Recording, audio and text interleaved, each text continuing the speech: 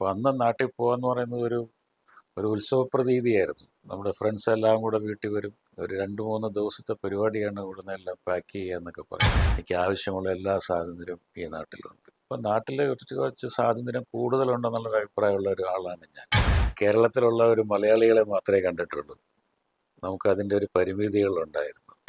50 പേഷ്യൻറ്റിനെ കണ്ടിട്ട് 51ാമത്തെ പേഷ്യൻറ്റിനോട് നോ പറഞ്ഞു കഴിഞ്ഞാൽ നാട്ടിൽ പ്രശ്നമാണ്. ഇന്ന് പോകുമ്പോൾ ഈ ഫ്രണ്ട്സ് എല്ലാം നാട്ടിലെ ബന്ധുക്കൾക്കും ഫ്രണ്ട്സിനും കൊടുക്കാനുള്ള എഴുത്തുകൾ തന്നയക്കും. ഏതാണ്ട് ഒരു 1-1.5 കിലോ ഉണ്ടാവും. പണ്ട് മെഡിക്കൽ പ്രാക്ടീസ് എന്ന് പറഞ്ഞാൽ ഒരു രോഗിയും ഡോക്ടറും തമ്മിലുള്ള ഒരു പ്രൈവറ്റ് അഫെയർ ആയിരുന്നു. മറക്കില്ല ഞാൻ ഈ പ്രവാസം. നമസ്കാരം, ഞാൻ ഡോക്ടർ എൻസി മാത്യു. നാട്ടിൽ എറണാകുളം ഡിസ്ട്രിക്റ്റിലെ കോതമംഗലം കോട്ടപ്പടിയിൽ ഒരു റിമോട്ട് വില്ലേജ് വടക്കുംഭാഗം കൊറ്റാലിൽ കുടുംബത്തിലെ മാത്യൂസ് കോറപ്പീസ്കോപ്പ പുരോഹിതൻ്റെ മൂത്ത മകനാണ് ഞാൻ. കുടുംബവക പള്ളിയിലെ വികാരിയാണ്. അപ്പച്ചൻ അവിടുത്തെ സ്കൂളിലെ പ്രധാനാധ്യാപകനായിരുന്നു. കോട്ടപ്പടി സ്കൂളിലായിരുന്നു വിദ്യാഭ്യാസം. എൻ്റെ MD വിദ്യാഭ്യാസം കഴിഞ്ഞിട്ട് തിരുവനന്തപുരത്ത് ജോലി ചെയ്തുകൊണ്ടിരുന്ന സമയത്ത് പുറം നാടുകളിലേക്കുള്ള ജോലി നോക്കുന്നതിൻ്റെ അന്വേഷണത്തിൻ്റെ ഭാഗമായിട്ട് ബോംബെ ടൈംസ് എന്ന് പറയുന്ന ഒരു പത്രം, അതിനകത്തായിരുന്നു ഏറ്റവും കൂടുതൽ വേക്കൻസി അഡ്വർടൈസ്മെൻറ്റ് വരുന്നതെന്ന് ഞാൻ കേട്ടിട്ടുണ്ട്. പക്ഷേ അത് തിരുവനന്തപുരത്ത് അന്ന് കിട്ടില്ലായിരുന്നു. അപ്പോൾ അതുകൊണ്ട് അന്ന് ഞാനത് പോസ്റ്റിൽ വരുത്തുമായിരുന്നു. അങ്ങനെ പോസ്റ്റിൽ വരുത്തി പത്രം വായിക്കുന്ന ഒരു സമയത്ത് റോയൽ ഒമാൻ പോലീസ് എന്ന് പറയുന്ന ഒരു അഡ്വർടൈസ്മെൻറ്റ് കണ്ടു. അപ്പോൾ ഒരു പോലീസ് എന്നൊക്കെ കേട്ടപ്പോൾ നന്നായിരിക്കും എന്നെനിക്ക് തോന്നി. ഞാൻ അതിന് അപ്ലൈ ചെയ്തു. അന്ന് ഞാനിപ്പോഴും ഓർക്കുന്നു, അന്ന് ട്രെയിനാണ് പോയത്. 3ാമത്തെ ദിവസമാണ് ബോംബെയിലെത്തി മുൾജി ഗോകുൽദാസ് അവിടെ ചെന്ന് ഇൻ്റർവ്യൂ ഒക്കെ കഴിഞ്ഞ് ഇറങ്ങിക്കഴിഞ്ഞപ്പോഴാണ് ഒരു കാര്യം മനസ്സിലായത്. ഈ ഓൾ ഇന്ത്യയിൽ അവർ അഡ്വർടൈസ് ചെയ്ത് ഇത്രയും പേരൊക്കെ ഇൻ്റർവ്യൂ ചെയ്തെങ്കിലും അവരുടെ റിക്വയർമെൻറ്റ് ഒരാളെ മാത്രം മതിയായിരുന്നു അവർക്ക്.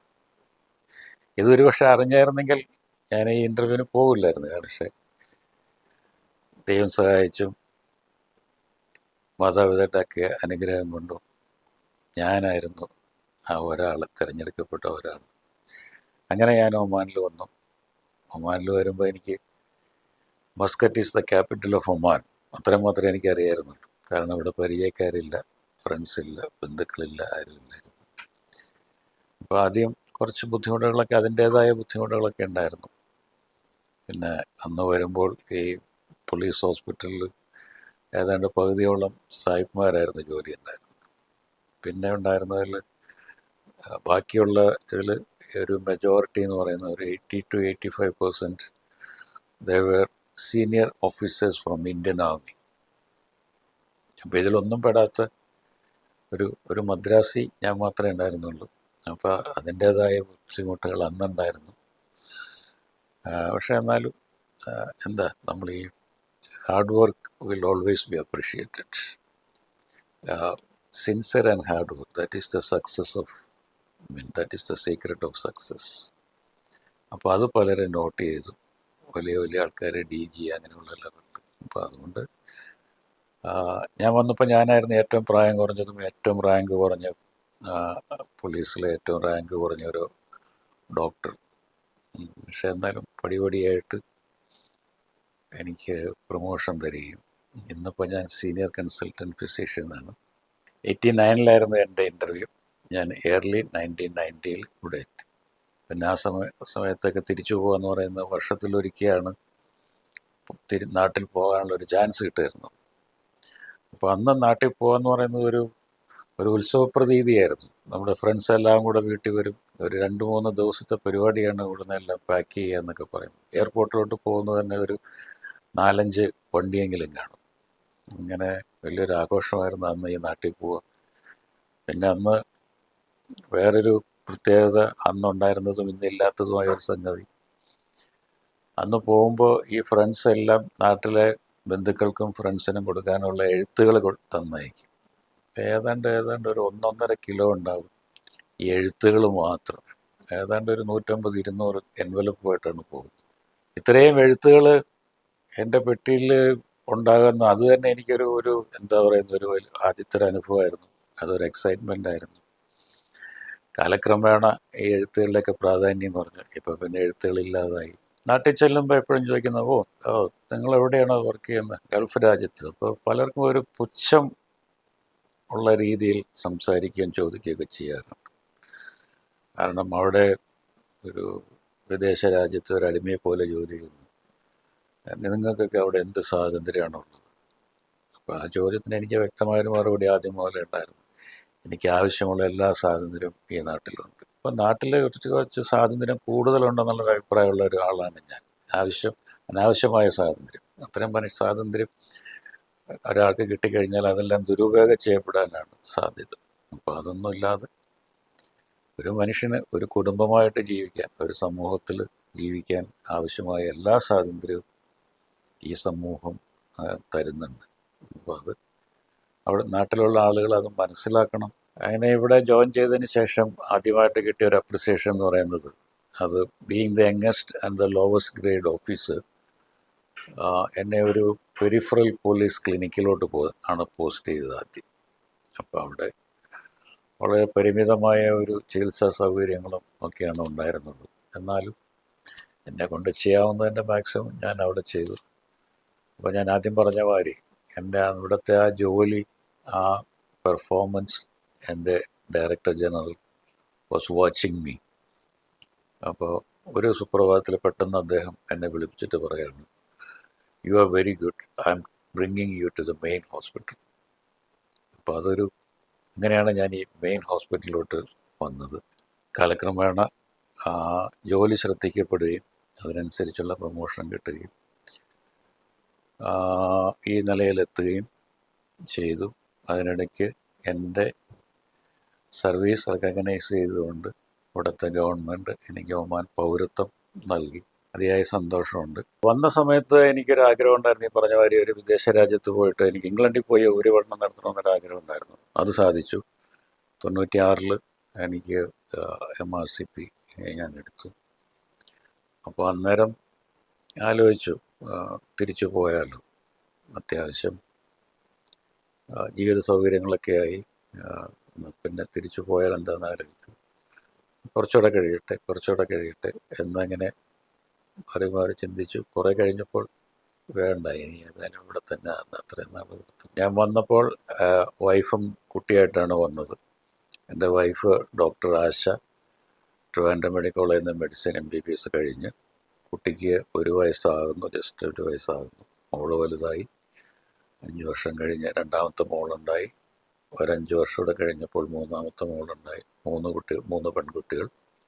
3 പേരും മസ്കറ്റിൽ തന്നെയാണ് സ്കൂളിംഗ് കംപ്ലീറ്റ് ചെയ്തത്. മൂത്തയാൾ ഭവ്യ, രണ്ടാമത്തെ ആൾ നിക്കിത, മൂന്നാമത്തെ ആൾ നതാഷ. മൂത്തയാൾ ഇവിടുന്ന് സ്കൂളിംഗ് കഴിഞ്ഞിട്ട് നാട്ടിൽ പോയി എൻജിനീയറിങ് ചെയ്തു. അത് കഴിഞ്ഞ് യൂണിവേഴ്സിറ്റി ഓഫ് കാലിഫോർണിയയിൽ നിന്ന് MS ഡിഗ്രി എടുത്തു. മീൻവൈൽ കല്യാണം നടന്നു. 2 പേരും ഇപ്പോൾ വാൻകൂവറിൽ സെറ്റിലായിരിക്കുന്നു. 2 ആൺമക്കളുണ്ട്, ജോഷുവ ആൻഡ് നോവ. രണ്ടാമത്തെ ആൾ ഇവിടുത്തെ സ്കൂളിംഗ് കഴിഞ്ഞിട്ട് അവൾ ട്രിവാൻഡ്രം CET ആർക്കിടെക്ചർ ചെയ്തു. അത് കഴിഞ്ഞിട്ട് പക്ഷേ ലൈനൊന്ന് മാറി MBA ചെയ്തു IIT Chennai. Finally she had er degree from university of Munich, Germany. വിവാഹം കഴിഞ്ഞു. ഇപ്പോൾ അവർ ഷിക്കാഗോയിൽ ജോലി ചെയ്യുന്നു. ഒരു കൊച്ചുമോളുണ്ട്, മരിയ. ഭർത്താവ് US ഫെഡറൽ ഗവൺമെൻറ്റിൽ ജോലി ചെയ്യുന്നു. മൂത്ത മോളുടെ ഭർത്താവ് അവിടെ ആമസോണിൽ വർക്ക് ചെയ്യുന്നു. മൂന്നാമത്തെ ആൾ നതാഷ. നതാഷയുടെ മക്കളുടെയൊക്കെ ട്രോഫികളാണ് ഈ കാണുന്നത്. ഓക്കെ, നതാഷയും സ്കൂളിംഗ് ഇവിടെ കഴിഞ്ഞു. അത് കഴിഞ്ഞ് ചെന്നൈ രാമചന്ദ്ര മെഡിക്കൽ കോളേജിൽ നിന്ന് MBBS എടുത്തു. ഇപ്പോൾ MSENT ട്രിച്ചി മെഡിക്കൽ കോളേജിൽ ചെയ്തുകൊണ്ടിരിക്കുന്നു. മൂത്തയാൾ കനേഡിയൻ പാസ്പോർട്ട്, രണ്ടാമത്തെ ആൾക്ക് അമേരിക്കൻ പാസ്പോർട്ട്, എനിക്ക് ഒമാനി പാസ്പോർട്ട്, ഇളയാൾക്ക് ഇന്ത്യൻ പാസ്പോർട്ട്. അപ്പോൾ ഭാര്യ എപ്പോഴും ആലോചിച്ചുകൊണ്ടിരിക്കുകയാണ് ഏത് പാസ്പോർട്ടിലേക്ക് ഭാര്യ മാറണോ എന്നുള്ളത്. Rose garden restaurant Dammam. പ്രവാസ ജീവിതം കൊണ്ട് ലോകത്തെ അറിയാൻ സാധിച്ചു എന്നുള്ളതാണ് ഏറ്റവും വലിയൊരു അനുഭവം. പണ്ട് ഒരു പക്ഷേ കളിയാക്കി പറയായിരുന്നു, ഈ കേരളത്തിലുള്ള ഒരു മലയാളികളെ മാത്രമേ കണ്ടിട്ടുള്ളൂ. നമുക്കതിൻ്റെ ഒരു പരിമിതികളുണ്ടായിരുന്നു. നാട്ടിന് പുറത്തു പോയി കഴിഞ്ഞാൽ മറ്റുള്ള ആളുകൾ, മറ്റുള്ള സംസ്കാരങ്ങൾ, മറ്റുള്ള ഭാഷകൾ, ഇതെല്ലാം കൂടെ അസിമുലേറ്റ് ചെയ്ത് കഴിയുമ്പോഴേ നമ്മളൊരു മനുഷ്യനാകുന്നു. അല്ലെങ്കിൽ നമ്മളൊരു കിണറ്റിലെ തവള മാത്രമായി പോകും.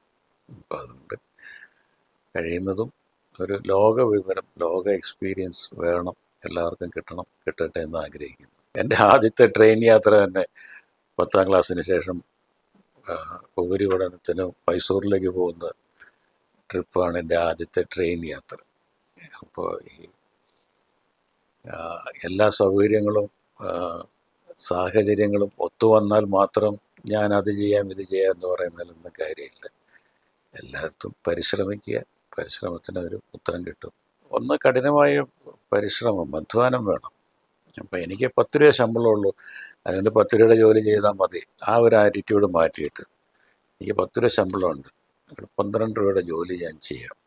അങ്ങനെ ചെയ്താൽ നിങ്ങൾ ശ്രദ്ധിക്കപ്പെടും. നിങ്ങളുടെ മേലധികാരികൾ അല്ലെങ്കിൽ നിങ്ങളുടെ ഓഫീസ് സുപ്പീരിയേഴ്സ് ശ്രദ്ധിക്കും. അത് ഏത് രാജ്യത്താണെങ്കിലും അവിടെ ഭാഷയോ അല്ലെങ്കിൽ സംസ്കാരമോ ഒന്നും പ്രശ്നമല്ല. നിങ്ങളുടെ performance will be watched and it will be appreciated. Rose garden restaurant Dammam. നാട്ടിലെ ഒരു average doctor, for example government doctor, hospital doctor, വളരെ പരിമിതമായ സൗകര്യത്തിൽ നിന്നുകൊണ്ടാണ് അവിടെ ജോലി ചെയ്യുന്നത്. ഒരു ദിവസം ഇത്ര ആളുകളെ ഞാൻ കാണുള്ളൂ, അല്ലെങ്കിൽ ഒരു അപ്പോയിൻമെൻറ്റ് സിസ്റ്റം നാട്ടിലില്ല. ഇപ്പോൾ ഒരു ഹോസ്പിറ്റലിൽ 10 പേഷ്യൻ്റ് വന്നാലും കാണണം, 30 പേഷ്യൻ്റ് വന്നാലും കാണണം. 50 പേഷ്യൻറ്റിനെ കണ്ടിട്ട് 51ാമത്തെ പേഷ്യൻറ്റിനോട് നോ പറഞ്ഞു കഴിഞ്ഞാൽ നാട്ടിൽ പ്രശ്നമാണ്. ഒരു ഡോക്ടർക്ക് എന്തുമാത്രം സൗകര്യങ്ങൾ സർക്കാർ ചെയ്തു കൊടുക്കുന്നുണ്ടെന്നുള്ള അതാരും അന്വേഷിക്കുന്നില്ല. ഒരു സേവനം ഡിനൈ ചെയ്യപ്പെടുമ്പോൾ അതുമാത്രം പ്രശ്നമാണ്. ഈ 51ാമത്തെ ആളെ കണ്ടില്ല എന്നുള്ളതാണ് പ്രശ്നം. 50 പേരെ കണ്ടതിനെ പറ്റിയിട്ട് ആരും ഒന്നും പറയില്ല. അത് നാട്ടിലെ വലിയൊരു ഡ്രോബാക്കായിട്ട് എനിക്ക് തോന്നിയിട്ടുണ്ട്. അതേസമയം ഇവിടെ കുറച്ചുകൂടെയൊക്കെ അടിസ്ഥാന സൗകര്യങ്ങളുണ്ട്, കുറച്ചുകൂടെ ക്രൗഡ് മാനേജ്മെൻ്റ് ഉണ്ട്. അപ്പോൾ നമുക്ക് കുറച്ചുകൂടെ നമ്മുടെ കഴിവുകളെ ഒരു പരിധി വരെ കുറച്ചുകൂടെ ബെറ്റർ ആയിട്ട് നമുക്ക് പ്രതിഫലിപ്പിക്കാൻ സാധിക്കും. ഇവിടെ doctors profession is A Noble profession. പക്ഷേ ഈയിടെയായിട്ട് അതിന് പല മൂല്യച്യുതികൾ സംഭവിക്കുന്നു.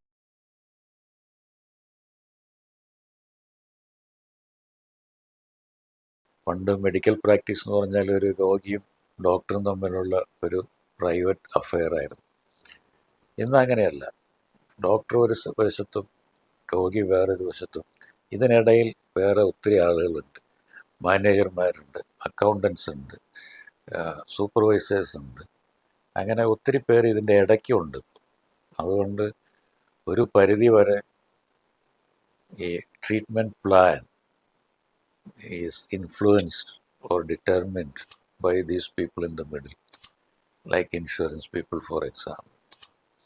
അപ്പോൾ അതൊരു ഡ്രോബാക്കാണ്. പിന്നെ ഇപ്പോൾ ഈ സോഷ്യൽ മീഡിയയിൽ പല നല്ല കാര്യങ്ങളും വരുന്നുണ്ട്. ഒരു എഡ്യൂക്കേഷൻ, മെഡിക്കൽ എഡ്യൂക്കേഷൻ ഈ സോഷ്യൽ മീഡിയ വഴി നടക്കുന്നുണ്ട്. പക്ഷെ അതുപോലെ തന്നെ ഒരു മിസ്ഇൻഫർമേഷനും ഈ സോഷ്യൽ മീഡിയ വഴി നടക്കുന്നുണ്ടെന്നുള്ള ഒരു യാഥാർത്ഥ്യമാണ്. അപ്പോൾ അതുകൊണ്ട് എനിക്ക് ആളുകളോട് പറയാനുള്ളത്, നിങ്ങളെല്ലാം വായിക്കുക, പക്ഷേ എന്ന് വിചാരിച്ചിട്ട് വാട്സപ്പ് യൂണിവേഴ്സിറ്റിയിൽ കാണുന്നതെല്ലാം സത്യമാണെന്ന് ഒരിക്കലും വിചാരിക്കരുത്.